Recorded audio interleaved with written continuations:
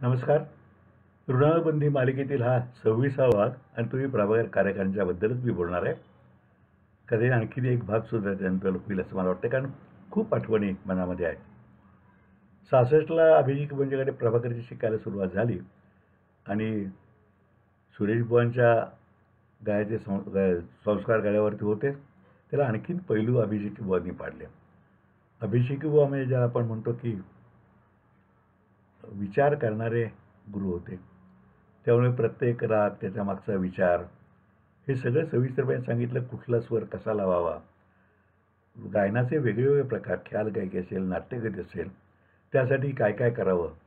आणि जवळजवळ 9 वर्ष अभिषेकी बुवांच्याकडं कार्यकर शिकत होते.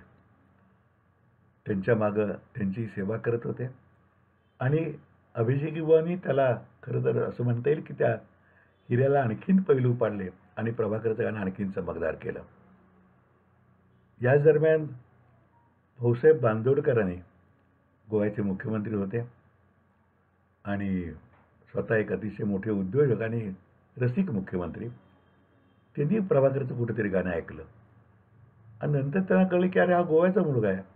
आधी गोवेकरांचं म्हणजे तुम्हाला प्रेम माहिती आहे, आमका गोयचवारे म्हणलं म्हणजे त्यांचं सगळं एकदम जवळीक सुरू होती. आणि मग बांदोडकरांनी त्याला बोलवून घेतलं त्यांच्या घरी, मुंबईच्या बंगल्यात गाणं केलं आणि तिथपासून जवळचं काही प्रभाकरचं पालकत्वच त्यांनी स्वीकारलं. दिल्लीला एका कार्यक्रमाला त्याला मुद्दाम बोलवून याला आणि त्या खरोखरी बांदोडकर म्हणजे दुसरे वडील आपले असंच प्रभाकर त्यांना आजही मानतो. प्रभाकरला त्यांनी खूप मदत केली. अनेक ठिकाणी त्यांच्या शब्दाखातर कार्यक्रम झाले. गोव्यात तर असं एकही बहुतेक गाव नाही की जिथं भाऊसाहेबांनी शब्द टाकला नाही आणि प्रभाकरचं गाणं झालं नाही. प्रत्येक ठिकाणी, प्रत्येक उत्सवात, प्रत्येक देवदेवतांच्या उत्सवात प्रभाकरचं गाणं भाऊसाहेबांनी केलं. आणि मग अभिषेक बुवांच्याकडची ही सगळी तालीम चालू असतानाच 71 साली प्रभाकरला सवाई गंधर्वमध्ये गाण्याची संधी मिळाली. प्रत्येक गायकाला थोडा थोडा वेळ दिला असतो ना, पाऊण तासात तुम्ही काय गायचे ते गा. ते गाणं प्रभाकरांनी पहिला काय ख्याल बिल म्हटला. आता पुस्तकात तो तुम्हाला तपशील सगळा येईल, ख्याल काय म्हटला वगैरे. आणि तो उठायला लागला. तर लोकांनी पुढे ते तुम्हाला माहिती आहे, नाही नाही काहीतरी तेव्हा प्रिय पहा होतं ना, गाजत होतं. प्रिय पहा असा गल्ला केला. मग साथीदाराने त्याला सांगितलं, म्हणा 15 मिनिटं काय होत नाही, कोण उठवत नाही तुम्हाला. आणि मग प्रभाकरांनी प्रिय पहा म्हणजे सुरुवात केली. ती लोकांनी अक्षरशः टाळ्यांचा कडकडाट केला आणि पुढं 15-20 मिनिटं प्रभाकर सुरेश प्रिय पहा गायला. एक हातखंडा प्रयोग म्हणतो ना एखाद्याचा, अमुक हा माझा हातखंडा प्रयोग आहे, तसं प्रिय पहा आणि प्रभाकर कार्यकर हे समीकरण जुळून गेलं. खरं प्रिय पहा हे नाट्यगीत पॉप्युलर करायचं श्रेय छोटा गंधर्वांचं.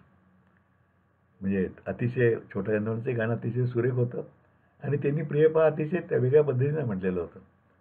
एकदा प्रभाकरला छोट्या गंधर्वांच्या समोरच गायची वेळ आली. आता छोट्या गंधर्वांसमोर गायचं म्हणलं प्रभाकरची खरं तर जरा धाकधुकच सुरू झाली की त्यांनी पॉप्युलर केलेलं पद आपण वेगळ्या पद्धतीनं गातो, आपण पॉप्युलर झालो आहे. पण छोट्या गंधर्वांनी नाही रे गा, तू तुझ्या पद्धतीनं गा. सगळे छोट्या गंधर्वांनी ऐकलं आणि प्रभाकरला शाबासकी सुरू दिली की तू वेगळ्या पद्धतीने गातो पण चांगलं गातोयस, मला आनंद आहे. आणि छोट्या गंधर्वांचाही मोठेपणा. नाही तर माणसं हे माझं पेटंट असं धरून बसतात, तसं कधी छोट्या गंधर्वांनी केलं नाही. छोट्या गंधर्वांनाही आम्ही 1992चा सातारा भूषण पुरस्कार दिला होता. तेव्हाचं त्यांचं बोलणं माझ्या आठवणीत आहे. जातात एक आठवण सांगतो.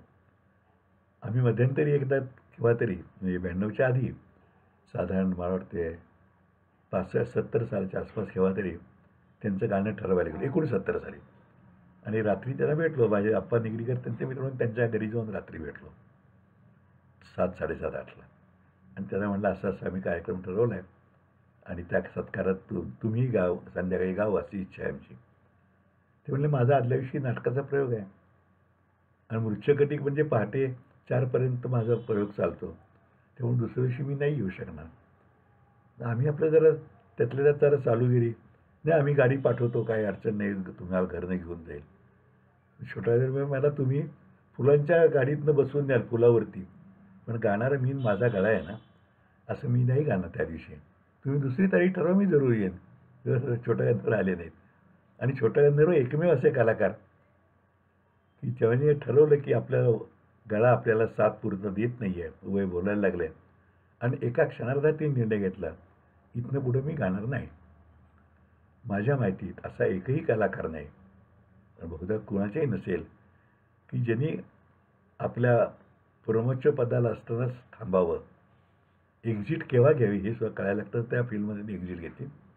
अर्थात पुढेही ते दरवर्षी कोरेगावला यायचे आणि महाशिवरात्री दिवशी शंकराची आराधना करायची, श्रावण महिन्यात राहायचे. पण मैफल किंवा नाटकात काम हे त्यांनी सोडलं म्हणजे सोडलं. कारण मोठे कलाकार छोट्यांवर सुद्धा. त्यांनी छोट्यांनी प्रभाकरला शाबासकी दिली आणि मग प्रभाकरनी गाणं सगळीकडे त्याचं चांगला गोगवा झाला, प्रसिद्धी मिळाली. भिलई, अलाहाबाद, कलकत्ता, बंगलोर आणि वैशिष्ट्य असं की जिथे जिथे तो गेला तिथे ते त्याला परत परत बोलावणं येत राहिले. कारण एक गोष्ट आहे ना की तुम्ही गायक म्हणून चांगलं असलंच पाहिजे आणि माणूस म्हणूनही तेवढंच चांगलं असलं पाहिजे, तरच लोक तुम्हाला पुन्हा पुन्हा बोलवतात. आढ्यथकावर माणूस असला, त्रास देणारा कलाकार असला तर लोक परत बोलवत नाहीत. पण प्रभाकर नम्र स्वभावाचा होता आणि त्यामुळं त्या प्रत्येक ठिकाणी जाऊन त्यांनी आपली मैफिली गाजवल्या आणि खरोखर एखादा सुवर्णकाळ म्हणतो तो प्रभाकरने अनुभवला. पण अभिषेकांच्याकडे असतानाच या स्वतंत्र मैफिली, हे मी पुढे जाऊन सांगितलं, त्याच्या आजमधला सांगायचा राहिला टप्पा. अभिषेकांच्याकडे असतानाच अभिषेकी बुवांना सुद्धा यांनी कायम फिरत राहावे आवडत नसे. त्यांना असं वाटायचं अजून याच्याकडे क्षमता आहे. पण शेवटी पोटाचा प्रश्न होता, प्रभाकर बाहेर पडून मग अभिषेकीला सोडून तो अभिषेकींच्या थोडासा नाराजी पत्करून तो ह्याच्याकडे व्यासबुवांच्याकडे सी.आर. व्यासांच्याकडे शिकायला गेला. ते साल होतं साधारणपणे 1975. मग 9 वर्ष अभिषेकीन त्याला पैलू पाडले आणि 75 तर व्यासबुवांनी अखेरपर्यंत त्याला शिकवलं. व्यासबुवांनी गाण्याचं व्याकरण नीट समजावून दिलं, जोड राग कसे गायचे हे शिकवलं. प्रभाकरनी आपल्या त्या पुस्तकामध्ये सविस्तर सांगितलेलं आहे. हा सगळा उत्कर्ष होताना त्या घर नव्हतं. 74 साली लोकांच्या मदतीने, कारण तोपर्यंत गाणी खूप झाली पण पैसे तसे मिळत नव्हते. मग घर झालं ते स्वतःचं आणि लग्न झालं, बायको चांगली मिळाली, पुढं प्रपंचावर 2 मुलं 1 मुलगी झाली. हे सगळं चालू असताना एक त्याचे आपली शिष्य परंपराही चालू ठेवली. कुणालाही पैशाकरता न अडवता तो आपलं विद्यादान करत राहिला. अर्थात फार त्याचे आज शिष्य नावावर उपर राहिले तुम्हाला दिसत नाही, पण अनेक ठिकाणी त्याचे शिष्य आहेत. जाधव म्हणून नेहमी त्याच्याबरोबर जे यायचे ते सहकारी बँकेत नोकरीला होते, ते कायम त्याच्याबरोबर असायचे. अतुल देव होता, गोव्यामध्ये शिष्य आहेत. पण शेवटी असं असतं ना की पूर्ण वेळ संगीत करणारे शिष्य मिळणंही अवघड असतं आजच्या काळामध्ये आणि त्यामुळे त्याची शिष्य परंपरा तेवढी सशक्त आपल्याला दिसत नाही आहे. जशी अभिषेकबाबांची आजच्या काळात दिसते तशी प्रभाकरची शिष्य परंपरा तेवढी सशक्त दिसत नाही. पण तो ठीक आहे, प्रत्येकाचा योग असतो. या मधल्या काळामध्ये व्यासबुवांच्या सुद्धा बरोबर तो कित्येकदा व्यासबुवांच्या मागे बसून, जरी प्रभाकर स्वतंत्र गायक म्हणून नावावर उपाला होता तरी व्यासबुवांचं जेव्हा गाणं असेल तेव्हा त्यांच्या मागे तंबोरा धरून बसवायला सुद्धा त्यांनी कधी संकोच केला नाही. आपल्या गुरुबद्दलचा आदर कायम मनात बाळगला. मग अमेरिका, दुबई, कॅनडा, इंग्लंड अशा अनेक ठिकाणी प्रभाकरला बोलवलं. दुबईला तर तो अनेक वर्ष जात राहिला. गोव्यात ते कार्यक्रम होतच होते. पुणे, मुंबई, सर्व महाराष्ट्रात तर बहुतेक नागपूरपासून अनेक गावात त्यांनी कार्यक्रम केले. काही काही गावात तर कित्येक 2-2, 4-4 वेळा केले. होता प्रभाकरची 60 आली. म्हणजे माझी आली तेव्हा त्याची आली, मी त्या पुढं थोडंसं. मग 60च्या वेळेला त्या शिष्याने आणि घरच्यांनी एक कार्यक्रम करायला ठरवला आणि तेव्हा तो पूर्ण फॉर्ममध्ये होता. त्यामुळे रवींद्र नाट्य मंदिरमध्ये कार्यक्रम आणि मलाही त्याचा फोन आला की असाचा कार्यक्रम आहे, तू नक्की ये. कारण मी तेव्हा 60चा माझा कार्यक्रम जरी 2 जुलैला झाली तरी नंतर करणार होतो. कारण जुलैमध्ये पावसाळा असतो, तेव्हा पावसाळ्यामध्ये आपला कार्यक्रम करू जरा काहीतरी गाण्याबिण्याचं असं ठरवलं होतं. पण त्यांनी मात्र 4 जुलैच कार्यक्रम ठरवला आणि मला निरोप आला, फोन आला, नक्की मी म्हटलं बरं बघतो, शक्यतो येतो वगैरे. इन्कम टॅक्समधला माणूस सहसा हो म्हणत नाही कशाला. जमेल न जमेल काय होईल बघूया म्हणून. मी म्हणलं बघतो जमतंय काय वगैरे. आणि 2 दिवसांनी म्हणजे कार्यक्रमाआधी 15 दिवस निमंत्रण पत्रिका आली कार्यक्रमाची. सुरेख निमंत्रण पत्रिका काढली ती. त्यामध्ये पंडित भीमसेन जोशी यांच्या हस्ते सत्कार, आधी अश्विनी भिडे देशपांडेंचं गाणं, मग सत्कार, मग पंडित भीमसेन जोशीचं गाणं. आणि प्रमुख उपस्थिती कोणाची होती तर ज्योतिर्भास्कर जयंत साळगावकर, विलासराव देशमुख, मोहन वाघ आणि त्यात खालचं नाव शेवटचं होतं अरुण गोडबोले. आणि मी उडालोच. मी फोन केला, अरे म्हटलं माझं नाव उपस्थित काय झालं, मी आलो तरी मी आपलं मागं बाकावर बसेन, बंदा चहा पिऊन येईन, सिगरेट ओढून काहीतरी करेन. नाही नाही म्हणलं आपण इतके वर्ष कार्यक्रम केले तर तू यायला पाहिजे ना, स्टेजवर बसून बोलायलाही पाहिजे. आली पंचायत पण जायला तर पाहिजे.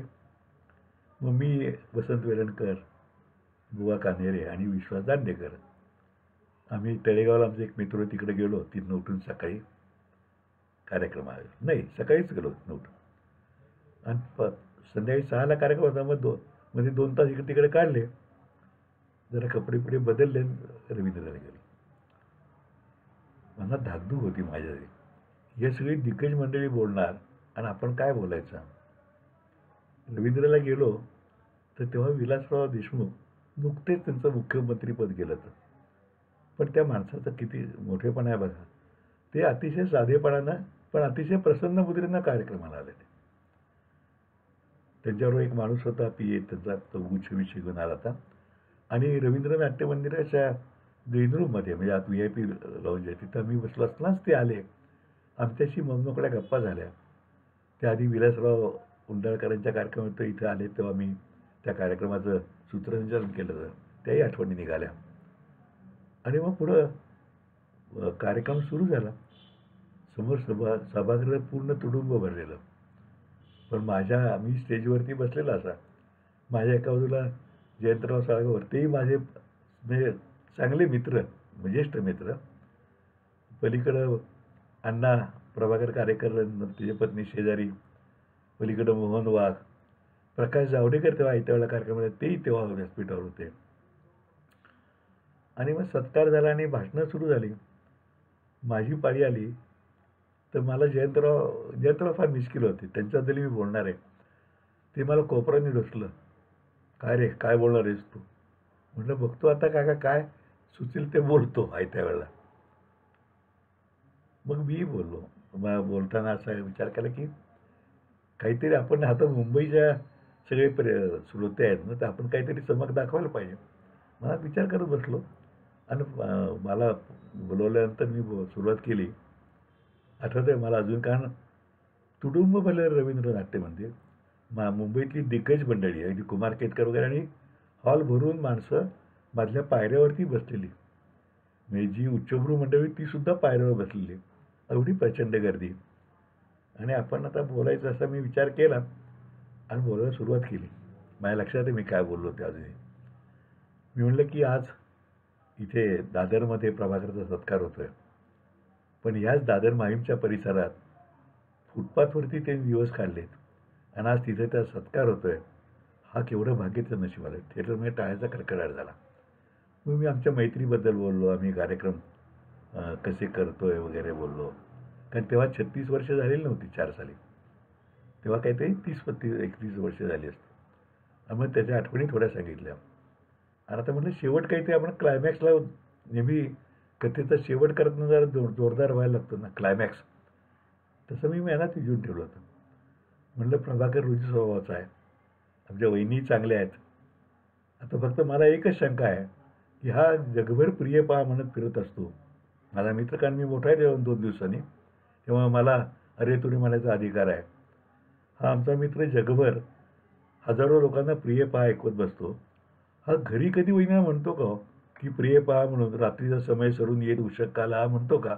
असं मी म्हणल्यानंतर थिएटरमध्ये टाळ्याचा कडकडाट झाला. एवढंच नाही, लोक उठून उभे राहिले आणि त्यांनी टाळ्यांचा परत गजर केला.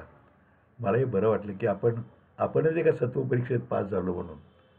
आणि मग अर्थात आम्ही मग गाणं झाल्यानंतर लातूरात परत आलो, सातारला, कारण परत इथं काहीतरी काम असतं. पण सत्कार इतका उत्तम झाला, त्या शिष्याने पुढाकार घेतला होता.